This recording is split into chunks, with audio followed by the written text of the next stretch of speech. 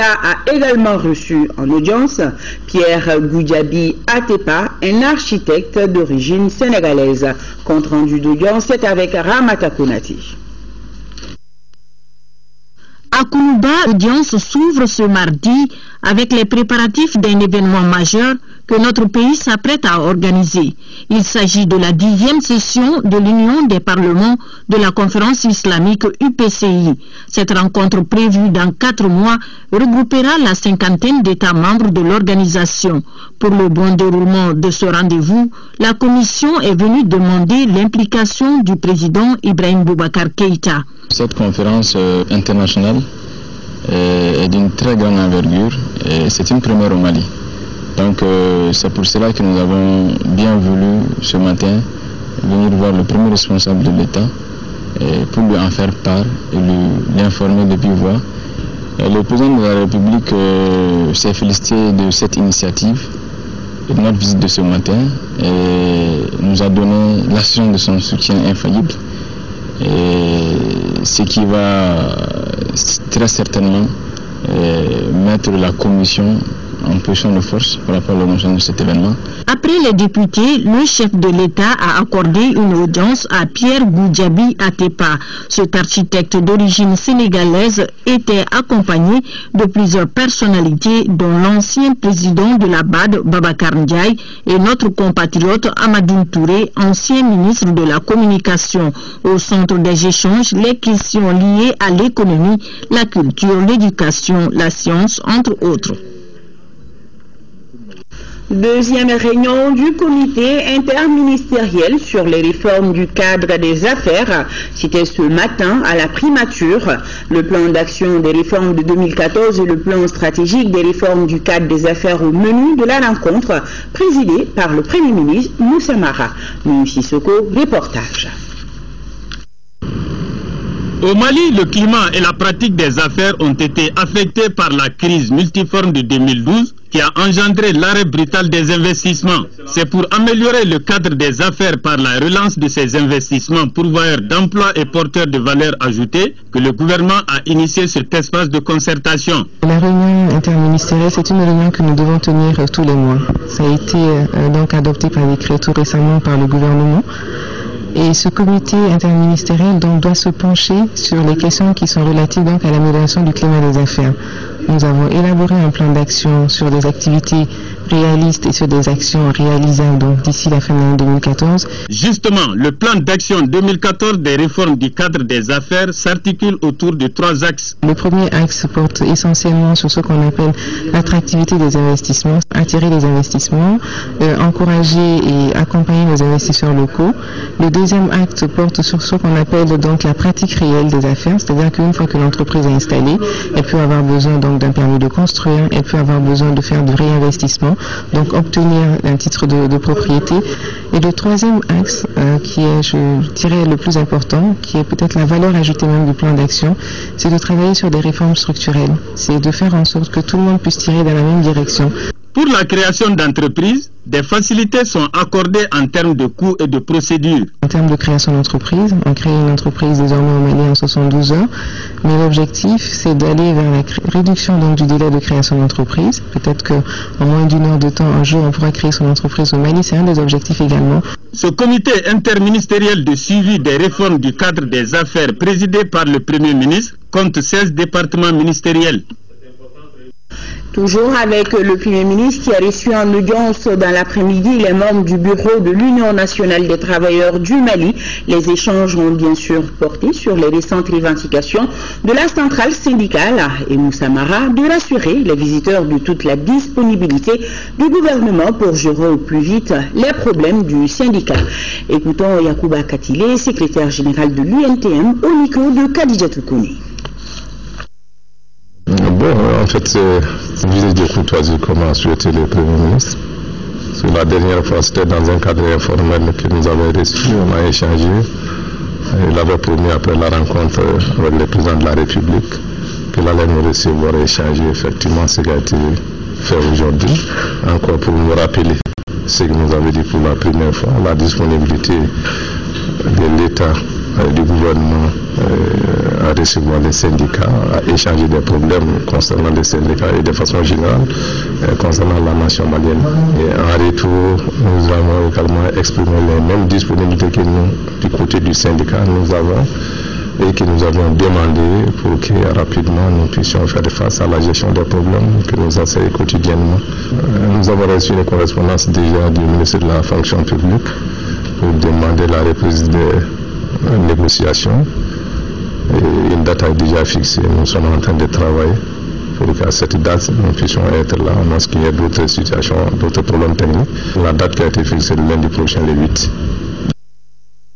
Primature toujours et un mot d'éducation. Ils sont 251 boursiers à quitter le Mali pour aller étudier à l'étranger. Les critères de sélection étaient fondamentalement basés sur le mérite, la performance et l'excellence. Le chef du gouvernement a rencontré ses futurs cadres du Mali. Youssouf Diakité, reportage. Ils sont plus de 250 boursiers d'excellence à être reçus par le Premier ministre, le ministre de l'Enseignement supérieur et de la Recherche scientifique. Objectif, prodiguer les derniers conseils pratiques avant de les renvoyer dans leurs pays respectifs d'accueil. Ici, nous célébrons ceux qui ont bénéficié des bourses de l'Algérie, du Maroc et de la Tunisie, mais le ministre l'a très éloquemment rappelé, beaucoup d'autres pays ont accompagné et continuent d'accompagner notre pays sur ce segment majeur pour son avenir et ce segment majeur pour sa jeunesse. Qu'ils en soient ici, tous remerciés de la manière la plus solennelle qu'ils soient. Je voulais ensuite féliciter tous ceux qui ont eu la chance, le mérite sans doute, de bénéficier de ces bourses pour leur parcours déjà élogieux. Et je n'en doute pas pour leur parcours futur qui sera productif pour eux, pour leur famille et pour notre pays. Nous saisissons cette opportunité pour témoigner de toute notre reconnaissance au ministère de l'Enseignement supérieur et de la Recherche scientifique et particulièrement à la Direction nationale de l'Enseignement supérieur et de la Recherche scientifique pour la transparence et la qualité du traitement de nos dossiers. Le ministre de l'Enseignement supérieur et de la Recherche scientifique rassure que ces choix ont été opérés dans la plus grande transparence. De prime abord, vous comprendrez aisément que je commence mes propos par de chaleureuses félicitations à l'ensemble des nouveaux boursiers pour leur présélection et dans certains cas pour leur sélection définitive déjà. Chers enfants boursiers, vous n'avez pas été choisis au hasard. N'oubliez pas d'où vous venez. N'oubliez pas pourquoi vous partez. L'objectif recherché, on conclut les différents intervenants, est de revenir pour servir son pays. Bonne chance à eux. Et cette nouvelle, aujourd'hui vers midi, un convoi des casques bleus de la munissement du contingent tchadien a sauté sur un engin explosif sur l'axe Aguelok-Kidal. Un bilan provisoire fait état de 4 morts et de 15 blessés, dont 6 très sérieusement touchés. Le représentant spécial du secrétaire général et chef de la munissement, Albert Conders, actuellement en déplacement à Alger, à l'occasion des pourparlers de paix intermaliens, s'est dit outragé par cette série d'attaques qui affectent la mission de l'ONU au Mali depuis plusieurs jours. L'actualité, c'est aussi la deuxième phase des pourparlers intermaliens. Le gouvernement et les groupes armés du Nord sont réunis à nouveau dans la capitale algérienne. Cette deuxième phase doit aborder les questions dites de fond en ligne de mire, la signature dans les prochaines semaines d'un accord de paix global et définitif. Tout cela sous l'égide de l'Algérie, chef de file de la médiation. À ses côtés, un collège de médiateurs composé de représentants d'organisations internationales qui se sont succédés à la tribune pour appeler les parties maliennes à saisir cette opportunité pour aboutir à une paix définitive. Faisons le point avec nos envoyés spéciaux à Alger, Aboubacar Traoré et Yaya Kounati. Le rendez-vous était très attendu ici dans la capitale algérienne. Après l'adoption de la feuille de route en juillet dernier, les acteurs de la crise malienne se retrouvent à nouveau à Alger pour un second round de pourparlers consacrés cette fois-ci aux questions de fond. Mêmes acteurs, même décor, même ambiance qu'au premier round, avec une volonté affichée cependant de chacun des côtés, celle de franchir une nouvelle étape dans le processus d'Alger. Je pense que toutes les conditions sont réunies aujourd'hui pour engager des discussions sincères et sereines telles que prévues par la feuille de route. Et je n'ai pas de doute quant à la volonté des parties prenantes à ce processus d'aller sur des discussions de fond ouvertes et à une solution globale, définitive. Apparemment, il y a d'autres groupes armés qui ne veulent pas être avec vous. Moi, je crois que ça, c'est une question qui va se régler d'un moment à l'autre. Mais ce n'est pas un blocage, ce n'est pas un frein, ce n'est pas un élément pour entacher le processus, ni le compromettre, ce n'est pas un risque d'échec. Ça va s'arrêter d'un moment à l'autre parce que de toute façon, le dialogue il est inclusif. L'état d'esprit avec lequel nous abordons les présentes négociations, c'est l'état d'esprit d'une sortie de crise. Sinon, on ne serait pas là. Ça, c'est quand la question n'est même pas posée. Mais la chose sur laquelle nous insistons, il faut que nous nous sentions chez nous. Mais comme je l'ai dit, nous ne pouvons plus continuer à nous sentir comme des corps étrangers chez nous. C'est tout. Toutes les parties prenantes, en particulier les mouvements du Nord, ont réitéré leur volonté de s'engager dans un processus nous permettant d'arriver à la paix. Je crois que ça, c'est le plus important. Nos attentes, c'est que chaque partie continue à s'engager de bonne foi dans ce processus. La partie gouvernementale, nous venons avec la plus grande de bonne foi et l'ouverture d'esprit. Et nous sommes convaincus que nos frères et sœurs de l'autre côté aussi sont venus dans le même état d'esprit et qu'avec l'accompagnement de la communauté internationale et de l'équipe de médiation, nous espérons pouvoir enregistrer des avancées. La première partie de la cérémonie du jour est consacrée aux interventions de la communauté internationale. CEDEAO, Union africaine, OCI, Nations Unies, ce collège de médiateurs internationaux qui appuie l'Algérie, chef de file, et qui, à l'unisson, ont appelé les Maliens à saisir cette opportunité de faire la paix. Je crois que toutes les conditions qui sont nécessaires pour faire et aller de l'avant sont là. Il y a une médiation unie de toute la communauté internationale de soutenir, pas d'imposer quelque chose, d'accompagner. Deuxième, il y a la volonté exprimée très fortement par le gouvernement malien cette soirée, mais aussi par la groupe armée pour avancer et aller dans le concret. Troisième, je crois, on a une feuille de route très claire. Quatrième, on a une formulation sur la cessation des hostilités et une volonté exprimée aussi de renforcer, parce que le terrain, c'est très important. Alors il y a 4 éléments qui sont uniques, qu'on ne trouve pas beaucoup dans le monde. Maintenant, je crois que c'est pour tous les Maliens l'espoir que ça va se traduire dans un accord définitif, mais pas seulement définitif sur papier, mais avec des garanties, des choses qui montrent que ce sera opérationnalisé. La société civile du nord du Mali, présente aux assises, n'en attend pas moins. On est très content que ces discussions s'ouvrent, parce que c'est l'attente de tout le monde.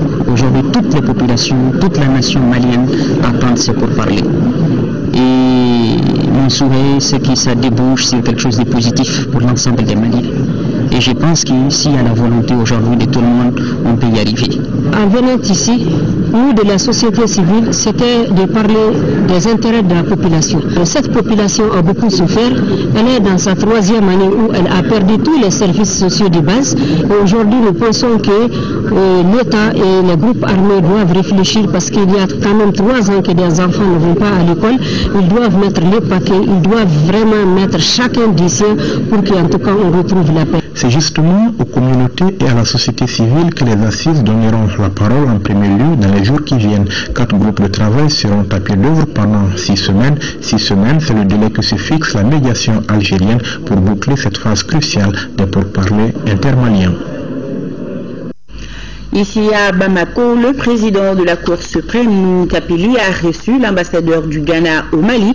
Mahmoud Khalid est venu rassurer l'institution du soutien de son pays et de son accompagnement dans la recherche d'une paix durable au Mali. Le diplomate ghanéen s'est exprimé au micro de Mamoudou Sidibé.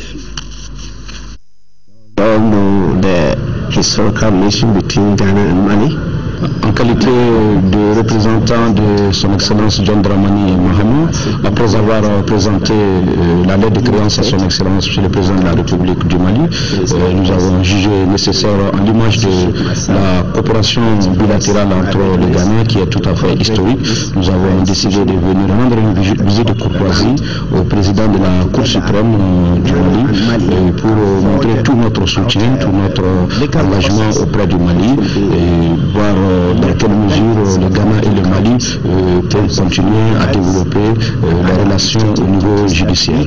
Et nous avons observé avec la plus grande attention l'évolution de la situation au Mali et nous nous réjouissons du progrès qui est en train d'être fait dans le domaine de la paix et de la sécurité. Et nous sommes venus témoigner notre gratitude au président de la Cour suprême tout en exprimant notre disponibilité à collaborer avec le Mali, à soutenir le Mali pour sortir de cette situation.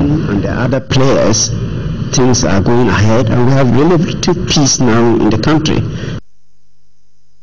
D'autres audiences, cette fois-ci accordées par le président du Conseil économique, social et culturel à l'Association des agences de voyage et du tourisme, à l'Initiative pour le changement du Mali et de l'Afrique et à l'Association musulmane Nourou Mohamed Kira Noro. Mariam Sagara, compte rendu. L'Association des agences de voyage et du tourisme est en alerte maximum pour rétablir ces activités qui souffrent des différentes crises maliennes. Pour la présidente, la situation dégradante de leur secteur interpelle toutes les institutions. Les entreprises touristiques sont totalement à terre.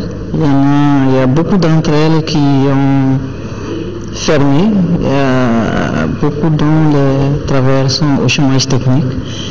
En réalité, l'activité touristique est à l'arrêt. Nous comptons sur le président du Conseil économique, social et culturel qui l'intercède en notre faveur afin que les entreprises touristiques puissent être maintenues en vie en attendant cette possible relance économique. Compte tenu de tout ce que le gouvernement du Mali est en train de mettre en route, les membres de l'association de l'Initiative pour le changement au Mali et en Afrique scrutent l'horizon pour une vision nouvelle avec l'appui des institutions. Nous avons des institutions que nous estimons ne sont pas connues du peuple malien. Donc nous sommes dans une dynamique de rencontrer ces institutions, de les créer des espaces de communication et de dialogue entre le sommet et la base. Et pour savoir à quoi ça sert ces institutions, quels sont les rôles des institutions et quelle est leur mission. Le président coordinateur de l'association musulmane Nourou Mohamed Kira Noro est venu avec un message à l'adresse du président Bitar afin de mobiliser les ONG et les bailleurs de fonds pour la cause des veuves et des orphelins. Nous sommes venus ici pour la solidarité, le lien d'amitié entre les Maliens et le but de l'association. Je profite de lancer les appels aux ONG et les bailleurs de fonds envers tous les musulmans du Mali. L'objectif de toutes ces associations est de voir vite un Mali radieux avec une population épanouie. Et nous avons ce communiqué de presse sur invitation spéciale du gouvernement de la République populaire de Chine et du professeur Klaus Schwab, fondateur et directeur exécutif du World Economic Forum, le président de la République, chef de l'État, Ibrahim Boubacar Keïta, à la tête d'une importante délégation composée de membres du gouvernement, d'opérateurs économiques et d'experts pluridisciplinaires, participera du 10 au 12 septembre 2014 à la réunion annuelle des nouveaux champions du Forum économique mondial 2014 à Tianjin, en République populaire de Chine. En prélude à ce forum, le ministre de l'Industrie et de la Promotion des Investissements, en collaboration avec ses homologues de l'équipement, des transports et du désenclavement, de l'économie numérique, de l'information et de la communication, de l'énergie et enfin des mines qui participent à cette grande rencontre, animeront demain mercredi 3 septembre 2014 à partir de 16h30 une conférence de presse sur la participation du Mali à ce forum. Mise en place et terminée 16h, cette rencontre avec la presse se tiendra dans la salle de conférence du ministère de l'Industrie et de la Promotion des Investissements. Le ministre de l'économie et des finances continue ses visites de terrain. Après la douane, c'est à la direction des impôts qu'Iboire Fili Sissoko était ce matin.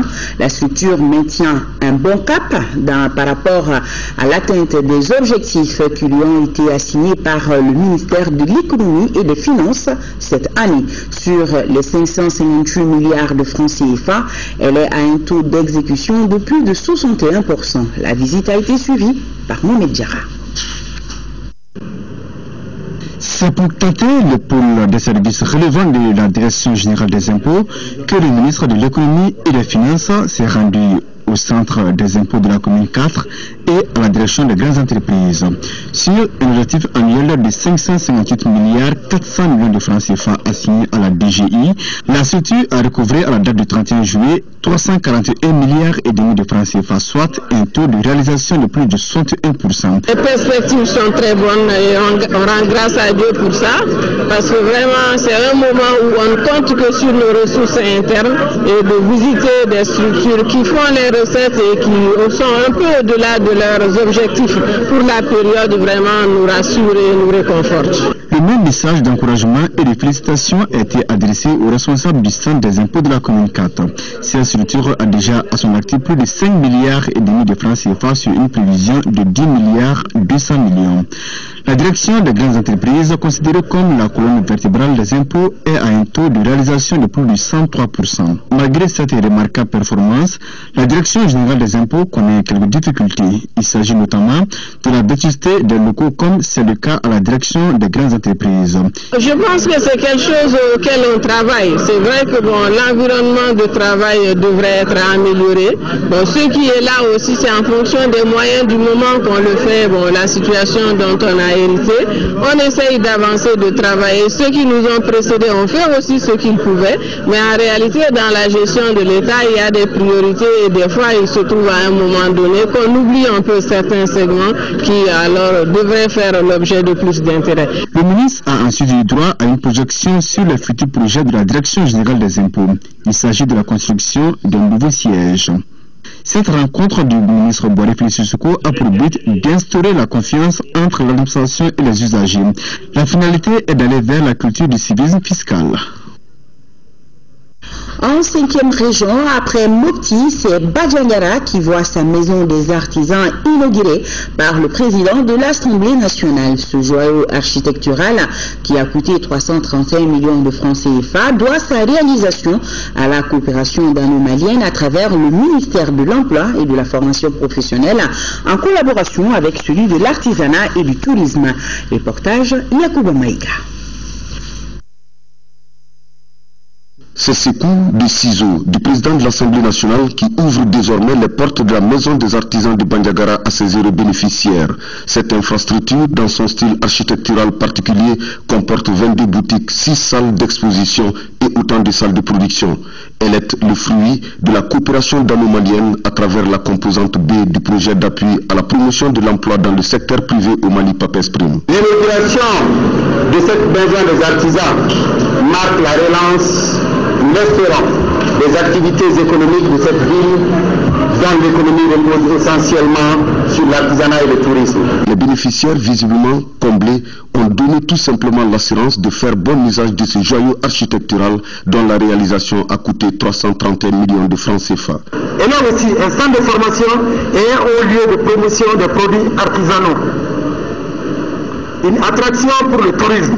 Pour le président de l'Assemblée nationale, ceci est un signal fort de l'engagement du gouvernement de faire de cette filière une industrie porteuse de développement. Le pays de Bénin est connu déjà, il rayonne à travers le monde. Mais ce joyau-là aujourd'hui vient donner une nouvelle dimension, dans la mesure où ils vont avoir l'occasion de faire un travail qui va certainement profiter à beaucoup d'entre eux. La visite guidée des différentes infrastructures a mis un terme à cette cérémonie d'inauguration qui a donné lieu à une mobilisation exceptionnelle de la population pour réserver la légendaire hospitalité de la cité de Nangabanou Tembeli au président de l'Assemblée nationale et à la délégation qui l'accompagne. Et du 26 au 30 août dernier, une délégation de l'Assemblée nationale, conduite par son président Issaka Sidibé, a séjourné à N'Djamena, au Tchad. Au cours de ce séjour, les deux présidents ont évoqué les grands sujets qui préoccupent le continent africain. Il s'agit entre autres de la paix, de la sécurité, des menaces terroristes et des défis environnementaux. Écoutons Issaka Sidibé, président de l'Assemblée nationale. Il fait le point de sa visite au Tchad. Entre les parlementaires, les visites d'amitié, c'est toujours aussi en même temps des visites de travail. Parce que l'outil ici, c'est la parole. Alors quand on est des amis, généralement, on parle ensemble. En parlant, le parlementaire travaille en même temps. Mais au-delà de la visite d'amitié et de travail, il faut simplement dire que c'est une visite de remerciement également. Vous le savez vous-même que dans la crise malienne très profonde, ce sont les soldats tchadiens qui ont été déterminants, naturellement avec l'aval du peuple tchadien et du président de la République du Tchad. C'est eux qui ont été déterminants donc dans déjà désamorcer cette grave crise qui a secoué très sérieusement notre pays. Donc c'est dans ce cadre précis que nous sommes venus ici pour remercier les autorités du Tchad, remercier le peuple du Tchad pour ce qui s'est passé chez nous. Et nous avons eu donc à l'occasion beaucoup d'échanges au sein de l'hémicycle là-bas, des échanges autour des questions qui touchent l'économie, qui touchent la politique, qui touchent surtout la diplomatie parlementaire. Les questions sécuritaires ont été également abordées. Et tout cela a été sanctionné par un communiqué final qui, je crois, vous sera certainement transmis dans ces quelques jours-là, et aussi par un protocole d'accord de coopération.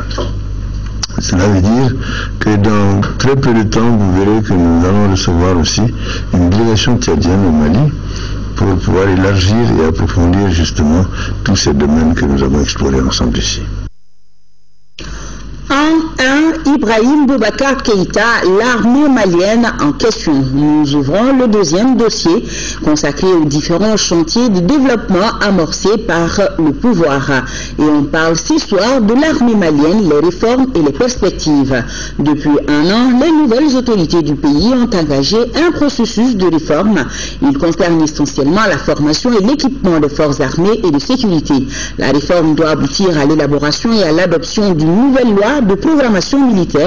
Déjà, on se réjouit de certains actes posés, notamment la reprise des formations au sein des différentes unités, le retour de la discipline, l'achat des équipements et le lancement d'un programme de logements sociaux en faveur de nos militaires. Le tout concourt à permettre à l'armée malienne de retrouver sa renommée d'hier, nous précise Brahma Traoré.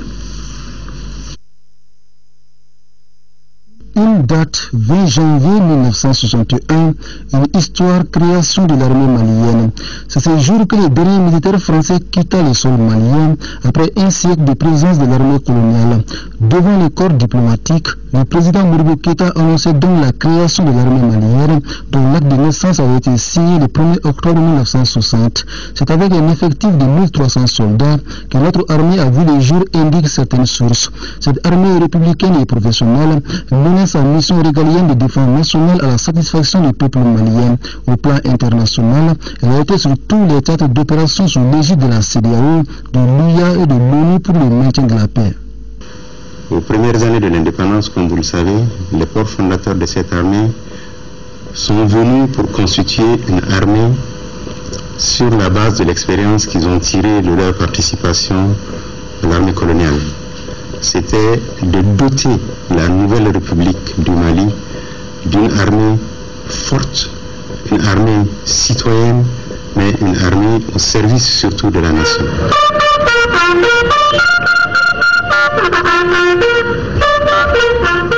La crise du Nord a mis à nu les insuffisances de l'armée malienne.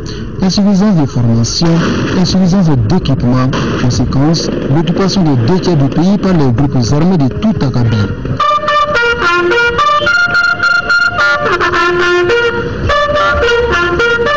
Une date dont les Maliens se souviendront toujours. Le 11 janvier 2013, des centaines de pick-up remplis de djihadistes s'emparent de la ville de Kona. Après des combats rudes, l'armée malienne s'est replie à Sévaré. Les terroristes qui envisageaient de poursuivre leur offensive seront nettement stoppés par les forces françaises à travers l'opération Serval.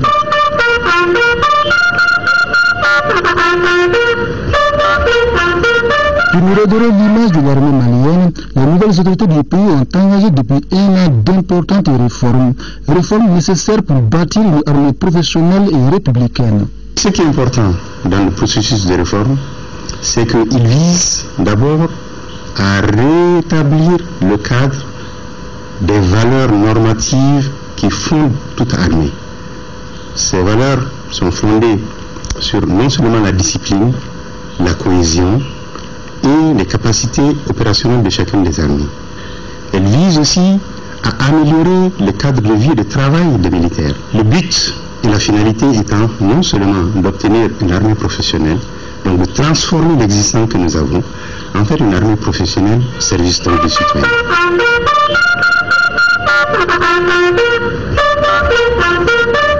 Depuis un an, un programme de formation à outrance est mis en œuvre pour renforcer les capacités opérationnelles des forces armées et de sécurité. Cette formation qui concerne tous les segments de l'armée vient corriger des insuffisances de plusieurs années. Ce qui a changé fondamentalement, c'est d'abord l'état d'esprit. Cet état d'esprit naît du fait de la confiance retrouvée entre les politiques et les forces armées et de sécurité. Parce qu'il y avait quand même, si vous voulez, un certain disconnect. On avait l'impression que les uns faisaient ce qu'ils voulaient, il n'y avait pas de connexion avec les autorités politiques, il n'y avait pas de direction clairement assumée. Aujourd'hui, les choses sont claires. Le deuxième élément parle de la régularité de formation. Le ministre de la Défense, sur l'instruction du président de la République, a décidé d'organiser un certain nombre de séminaires de rattrapage de formation à tous les niveaux, de la base jusqu'au sommet, pour que les militaires qui sont recrutés, qui font leur formation commune de base, qui vont faire une formation de professionnalisation, qui vont faire une formation continue, puissent recevoir régulièrement cette formation. Dans ce processus de réforme de notre outil de défense, la mission de formation de l'Union européenne et UTM joue un rôle fondamental. La qualité des cours dispensés et la capacité d'assimilation des stagiaires font espérer une future armée malienne plus efficace. L'objectif majeur est bien de préparer l'avenir des forces armées maliennes avec des GTIA qui soient fiables, qui soient autonomes, dont la chaîne de commandement soit renforcée avec de très bonnes relations entre tous les éléments, tous les chaînons de la chaîne de commandement. Le premier mandat de l'UTM vient de s'achever, au cours duquel la mission européenne a formé 4 bataillons, soit plus de 3500 soldats maliens. Le deuxième mandat de la mission UTM permettra de former 4 GTIA. Le premier de ces 4 derniers GTIA a été le GTIA Debo, donc le 5e GTIA. Le mandat 2 de l'IUTM finira à la mi-mai 2016 et donc nous sommes bien conscients qu'il y a besoin de préparer cette phase de transition et les instructeurs maliens que nous aurons formés seront bien sûr aptes à pouvoir continuer de propager, de transmettre les savoir-faire de l'IUTM. Cela est une évidence. Sans une formation pointue, point d'armée forte, à en croire les stagiaires et les autorités militaires maliennes, la formation de l'IUTM répond parfaitement aux besoins du Mali. Nous avons demandé une formation bien précise. Nous avons fixé les domaines dans lesquels nous voulons que nos instructeurs soient formés. Nous avons précisé nous-mêmes les domaines dans lesquels nous voulons que nos instructeurs progressent. Donc, ces objectifs répondent bien à ces demandes-là. Et nous sommes là avec eux, nous programmons les exercices avec eux, nous menons les exercices avec eux et tout se passe bien comme nous l'attendons. Cette formation est d'une très grande importance dans la mesure où elle nous permettra d'être à mesure de remplacer l'IUTM dans le cadre de la formation de nos cadres et de nos unités élémentaires. Ça nous aide à approfondir le niveau d'instruction et à préparer les futurs élèves, les futurs militaires pour le combat.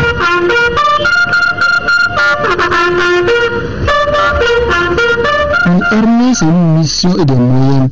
Le programme d'équipement des forces armées et de sécurité se réalise à la satisfaction des autorités militaires, même si le processus est jugé timide. Il y a eu un effort seulement des populations, mais aussi du gouvernement d'équiper à souhait les forces armées. Vous avez vu, les citoyens ont cotisé pour montrer l'exemple, qui supportent leur armée. Le gouvernement, de la même manière, un partenariat qui a été établi avec des formateurs de l'UTM de l'Union européenne, a décidé de mettre en place un programme de formation de 8 groupements tactiques ou 8 bataillons. Et l'équipement est pris en charge totalement par le gouvernement de la République sur budget propre. Je pense que ces éléments cardinaux permettent d'indiquer la direction. Et ces changements ont montré qu'aujourd'hui, les uns et les autres sont confortés. Vous l'avez vu, non seulement dans le port et dans l'uniformisation des tenues, mais aussi dans les capacités et le fait que les soldats vont quand même sur le terrain avec une certaine confiance, équipés. Des militaires bien formés, bien équipés avec l'amélioration aussi de leurs conditions de vie. Un premier programme de 850 logements sociaux en faveur des hommes en uniforme a été lancé le 20 janvier 2014 par le chef suprême des armées. Une bonne initiative parmi tant d'autres. Nous allons mettre en place une pyramide correcte des postes, des fonctions, et ensuite nous allons essayer de mettre en place une adéquation des promotions aux fonctions. Chaque fois qu'une personne va avoir une promotion, c'est pour occuper un poste, pour exercer une fonction en fonction de compétences spécifiques.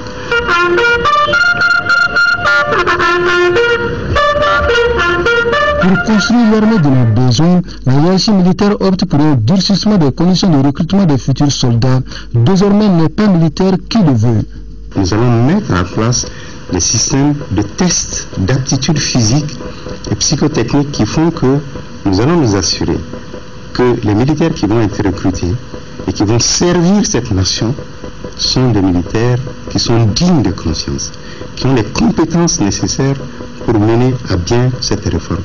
Ce n'est une obligation pour personne de rester dans les armées. Si vous estimez que l'armée n'est pas ce que vous voulez et que vous n'êtes pas prêt à mourir pour cette nation, je pense qu'on doit trouver un autre endroit pour vous dans la société.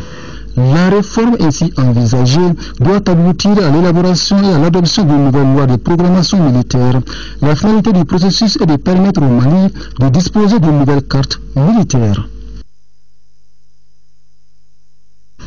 Et pour Brahma Traoré, un autre dossier sur le premier anniversaire de la session de Ibrahim Boubacar Keïta au pouvoir. Il s'est consacré à la diplomatie au retour du pays sur la scène internationale.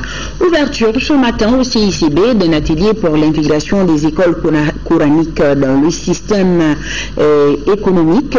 L'atelier permettra aux participants de discuter d'un rapport élaboré par une commission de travail érigée pour la circonstance. Il permettra aussi de revaloriser les écoles coraniques afin de les intégrer au sein du système éducatif. Les explications, c'est avec Mahamadou Doumbia. Intégrer les écoles coraniques dans le système éducatif, c'est à cela que s'attelera cet atelier de 3 jours qui regroupe environ 200 érudits spécialisés dans le système des écoles coraniques. Comme outil de travail, il y a le rapport élaboré par une commission de réflexion mise en place depuis 2010. D'une façon générale, il s'est agi pour la commission d'examiner la question des écoles coraniques sur tous ses aspects et de proposer des orientations pertinentes pour leur mise en cohérence avec le système éducatif, sinon pour l'intégration dans le système éducatif malien. Le présent atelier national vise à soumettre à votre approbation les propositions faites par la commission de réflexion pour l'intégration des écoles coraniques dans le système éducatif formel, afin de bénéficier de vos observations, apports et contributions et de procéder à leur validation technique.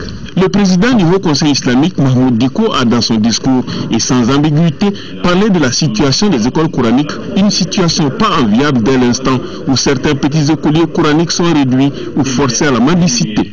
Je fonde beaucoup d'espoir que cet atelier puisse vraiment nous faire des recommandations, des résolutions qui permettront, Inch'Allah, de sauver ce système.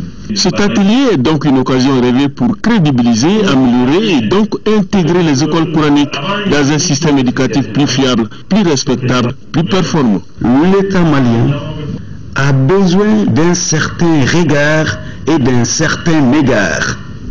Et regard pour ne pas laisser le champ religieux vide, qui prête à tout emballement de mauvaises visions du maître coranique qui ne fait que renforcer les prismes de ceux qui veulent voir ce secteur ainsi aller à volo, et d'un certain égard parce que c'est l'école qui forme à la fois la parole de Dieu. Voilà, l'atelier sur l'intégration des écoles coraniques dans le système éducatif dure 3 jours. Le 28 août dernier, notre pays a participé à la réunion extraordinaire des ministres de la Santé de l'espace CEDEAO. Lors de cette assemblée extraordinaire, il a été question de secourir les pays confrontés à l'épidémie d'Ebola et de renforcer le dispositif sanitaire. Fatoumata Kone, reportage. La réunion extraordinaire de l'Assemblée des ministres de la Santé de l'espace CEDEAO était l'occasion pour le ministre de la Santé et de l'Hygiène publique d'émettre des vœux. Il s'agit notamment d'aider les pays de l'Afrique de l'Ouest à trouver un vaccin contre la fièvre hémorragique Ebola. Un vœu traduit ici en action concrète par la communauté internationale, cela à travers la visite d'un chercheur américain du Centre de développement de l'Université de Maryland. C'est une demande de participation à l'essai vaccinal. Nous avons écouté la proposition de l'OMS. Une telle démarche nécessite beaucoup de précautions. La première précaution d'abord, c'est que l'OMS puisse évaluer la proposition et scientifiquement considérer comme sans risque pour le pays qui va héberger ce test. Ensuite, nous avons notre propre comité d'éthique qui va apprécier la démarche et garantir qu'il n'y a pas de risque pour nous. Pour prévenir la fièvre hémorragique Ebola, le gouvernement a mis sur place un dispositif sanitaire. Hier, nous sommes allés à la frontière avec la Guinée pour voir la situation, pour voir le type de contrôle, etc. Ce que j'avoue, c'est qu'il y a un très très bon contrôle de la situation à la frontière où il y a la douane, etc. Mais ce qu'on fait à la frontière, ce que j'ai vu, c'était très très bien contrôlé. Jusque-là, notre pays, le Mali, n'a pas enregistré de cas de fièvre hémorragique Ebola. Toujours en parlant de la fièvre hémorragique à virus Ebola, le comité régional intersectoriel de gestion des épidémies de cas est réuni pour contrer cette maladie. La rencontre a décidé de renforcer la surveillance au niveau des frontières avec le Sénégal et la Guinée-Conakry. Mamadou Alioubari, les détails. La région de Caille fait désormais frontière avec 2 pays touchés par la fièvre Ebola, la Guinée-Conakry et le Sénégal. Le Sénégal où un nouveau cas a été découvert il y a quelques jours. Certes, aucun cas n'a été enregistré dans la région, mais le comité régional intersectoriel de gestion des épidémies a décidé de prendre les devants. Toute chose qui passe par le renforcement de la surveillance au niveau des frontières. Nous avons déjà des dispositifs tout au long de la frontière, mais nous avons jugé nécessaire de prolonger cette réunion-là, de revoir le plan que nous avions élaboré il y a quelques mois pour l'adapter. Et donc nous allons faire plus de sensibilisation, plus d'actions sur le terrain. 10 sites d'isolement ont déjà été installés dans les cercles frontaliers avec la Guinée depuis le mois de mars, soit 6 à Kita et 4 à Kenyeba. Les 16 comptes frontaliers ont été dotés en produits de désinfection et moyens de protection individuelle. Ajouté à cela, la formation des agents. Il y a un corridor à Kenyeba, Malinamine, où le transport est organisé, où il y a une très grande affluence, une équipe. Mais en dehors de Malinamine, il y a 10 autres sites d'isolement qui ont été construits le long de la frontière, au niveau des autres SESCOM. En plus de Kita, on a un site, et à Kenyeba même, on a un site. Un cas ayant été détecté au Sénégal, la Direction nationale de la santé a dépêché une mission à Diboli, ville frontalière avec ces pays, pour mettre en place un dispositif de prévention. Ce dispositif, à mon avis, s'il est correctement mis en œuvre, peut quand même ralentir la progression de la maladie vers le Mali. La rencontre a recommandé, entre autres, la sensibilisation et l'information de la population sur les symptômes, les modes de prévention et de transmission de la maladie. Bientôt, la haute autorité de la communication sera créée au Mali. Le projet portant création de cet organe sera soumis par le gouvernement à l'Assemblée nationale pour adoption. Pour préparer les hommes de médias à mieux appréhender les enjeux de la réforme du cadre légal de la régulation des médias, l'Association des éditeurs de la presse privée, ASEP, a organisé ce matin à son siège une journée d'échange avec les journalistes. Reportage d'Aouda Siliki Diarra. Désormais, la presse malienne sera régie par une nouvelle instance de régulation. Il s'agit de la haute autorité de communication. Compte tenu de l'importance que représentera cet organe pour l'exercice de la profession des journalistes dans un futur immédiat, l'Association des éditeurs de la presse privée a organisé une journée d'échange à l'intention des professionnels des médias sur le sujet. Cet exercice s'avère d'autant plus nécessaire que le projet d'ordonnance confère à la nouvelle instance de régulation des attributions étendues. Le projet apporte des innovations importantes en mettant en place une instance de régulation commune à tous les médias, audiovisuels comme écrits, et qui a pour mission d'encadrer l'exercice de la liberté de la presse. La haute autorité de la communication aura pour mission la régulation du secteur dans les domaines de la communication audiovisuelle, de la presse écrite, de la publicité et de la presse orale. La régulation des médias, parce que nous sommes dans un système libéral, quand on libéralise un domaine, il y a nécessité de mettre les acteurs au même niveau, étant donné qu'il y a les privés, mais aussi il y a le public. Donc il faut un organe qui est à équidistance, qui régule, en un mot, qui réglemente le secteur en termes de surveillance, en termes de contrôle et de sanctions à tous les niveaux. L'État doit déléguer cette fonction à un organe indépendant. La structure aura pour attribution l'autorisation de création des services de radiodiffusion et de télévision, ainsi que l'installation et l'exploitation des services privés de communication audiovisuelle, et ce n'est pas tout. La HAC vient en lieu et place du Conseil supérieur de la communication. Il n'y aura aucune confusion par rapport au rôle du Comité national de légal accès aux médias d'État, qui est un organe constitutionnel qui va demeurer tant que la Constitution ne changera pas. Mais la HAC va faire autre chose, c'est des attributions de veille, de contrôle et de sanctions dans le domaine à la fois de l'audiovisuel, de la presse écrite, de la publicité et même les contenus Internet. La nouvelle instance de régulation sera composée de 9 membres. Et cette nouvelle, RFI lance la bourse Ghislaine Dupont et Claude Verlan en hommage à ces deux reporters sauvagement assassinés le 2 novembre 2013 à Kidal.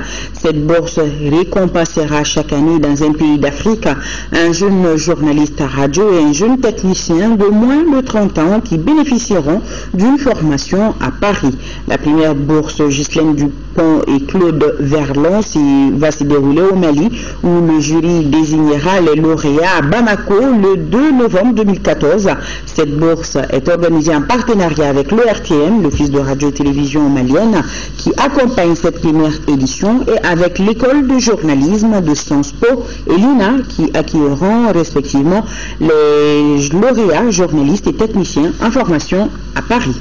Nous allons terminer ce journal par une histoire d'amour, celle d'un jeune homme pour sa dulcinée. Pour connaître le reste de l'histoire, il faut suivre le film intitulé La Lettre. Le premier coup de clap vient d'être donné par le cinéaste Cheikh Oumar Sissoko, et c'était en présence de Moussa Tidjani Kanté. Clap, c'est parti pour le tournage d'une série télévisée qui va s'appeler La Lettre.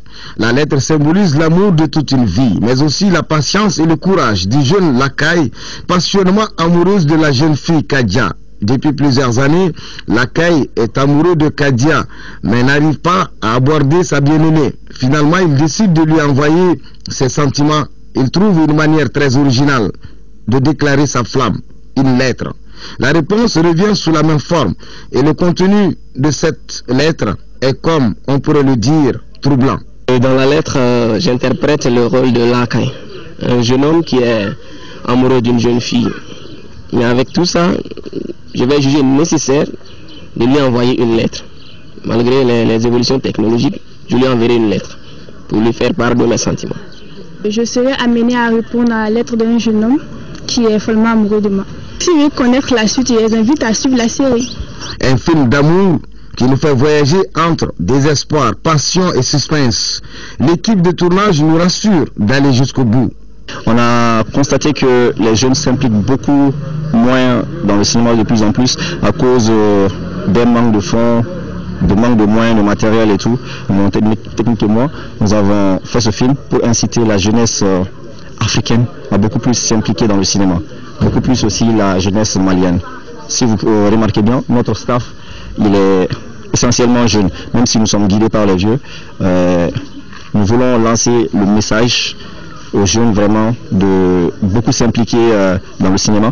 Cheikh Oumar Sissoko, ancien ministre de la Culture, cinéaste, a donné le premier coup de clap. Voilà, ce sont les histoires d'amour qui font de la vie un arbre de paix.